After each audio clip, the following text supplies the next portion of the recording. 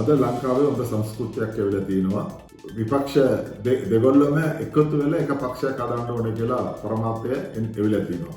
ඒක නිසා අපි මේ අවස්ථාව බලාපොරොත්තු වෙනවා මේක සම්පූර්ණ කරන්න තිබුණේ කලින්. නමුත් මේක ලේට් වුණත් මේක කරන්න අපි සම්පූර්ණ සහායකය දෙන්න ඕන. මොකද අද දින වෙනකොට අපිට ආරංචියක් ලැබිලා තිනවා සජිත් ප්‍රේමදාස මහත්තයා ඒ වගේ රනිල් වික්‍රමසිංහ මහත්තයා එකතු වෙලා පක්ෂය හදලා මේ මොන පක්ෂය හදනවා කියලා ඒක පස්සේ කතා කරමු.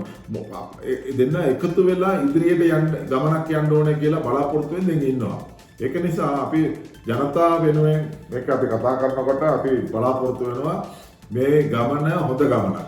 මේක ඉදිරියට ගෙනියන්න කවුරු හරි පාලුව කරනවා නම් ඒක අතාරිලා දෙන්නම එකතු වෙලා දෙන්නගේ වෙන වෙනම අදහස තිබුණොත් ඒක අතාරිලා එකට ගමනක් යන්න ඕන කියලා අපි බලාපොරොත්තු වෙනවා. මොකද මේක කලින් එකට තිබිච්ච පක්ෂේ කැඩපු නිසා තමයි ජනාධිපති මැතිවරණෙත් අපි පෙරදුනා. ඒ වගේ පාර්ලිමේන්තු මැතිවරණෙත් අපි පෙරදුනා.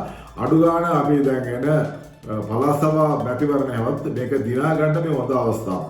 ඒක නම් මේ පළාත් සභාව දිනා ගන්න මේ අවස්ථාව ප්‍රයෝජන කරගන්න නැත්නම් මේ ආණ්ඩුව කවදාවත් අපිට රවටන්න බෑ. නැත්නම් මේ නැති කරන්න බෑ. මේ ආණ්ඩුව කරන වැඩවලට යම්කිසි හොඳ තියෙන පක්ෂයක් තියෙනවා නම් ඒක සජබේ වගේ එක්ෂන් ජාතික පක්ෂය දෙකම එකතු වෙලා කරන මේ පක්ෂය වැඩපිළිවෙල තමයි අපිට ඉදිරියට ගෙනියන්න පුළුවන්. ඒක නම් එහෙමනම් අනිවාර්යෙන් මේ පක්ෂ දෙක එකතු වෙන්න ඕනේ. ඒකට කවුද ලොක්කා කවුද අඩුවා කියලා බලා ගන්න නැතුව මේ දෙන්න එකතු වෙලා කරන වැඩවලට මිනිස්සු සම්පූර්ණ සහායක දෙයි කියලා මම බලාපොරොත්තු වෙනවා.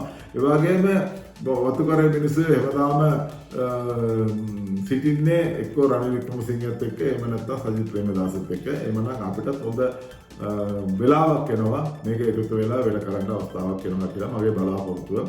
ඒක නිසා අපි මේ දෙන්න එකතු වෙන්න ඕනේ කියලා பிரார்த்தනා කරනවා.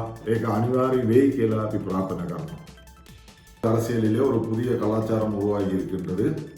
2 பெரும்பான்மை கட்சிகள் ஐக்கிய தேசிய கட்சியும் ஐக்கிய மக்கள் சக்தியும் ஒன்று சேர்வதற்கான ஒரு நேர காலம் வந்திருக்கின்றது.